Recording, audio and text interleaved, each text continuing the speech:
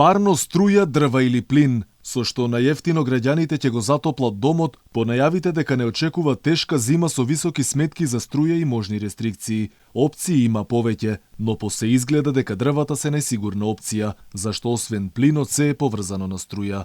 Енергетската криза која ни тропа наврата создава оправдано неизвестност кај граѓаните, со оглед на фактот дека струјата како енергенс е клучен во греењето. Струјата е потребна и ако се греете на топлификација со инвертери или пак со термопечки или греалки. Граѓаните сакаат да штедат и да се греат економично, но тие се загрижени дека тоа годинава ќе ги чини многу поскапо. Додека бев во куќата, овдека се греев, имам собствено греење. Јас сега сум овдека во Девармало, така да сега со парно немаш друг начин како.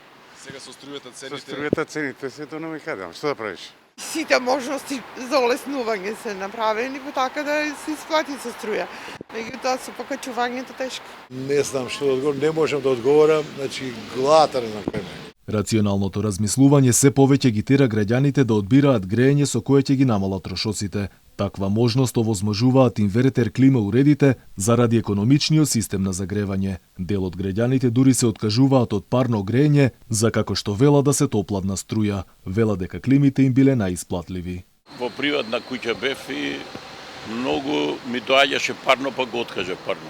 Сега сте на струја? Сега сум на струја, да. Алфа направи обиколка низ повеќе складишта, откаде што вела дека граѓаните од ден на ден се потешко купуваат дрва за огрев, а тоа влече и на зголемување на цената за еден кубик. Тие веќе достигнуваат и до 3600 денари за кубен метар, без разлика дали станува збор за бука или за дабови дрва. Во складиштата на Македонски шуми цената е нешто поевтина, но и оттаму е проблем да се најде.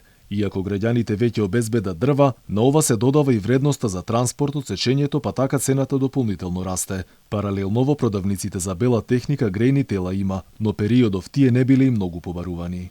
Побарувачка за грејните тела има, но не толку голема.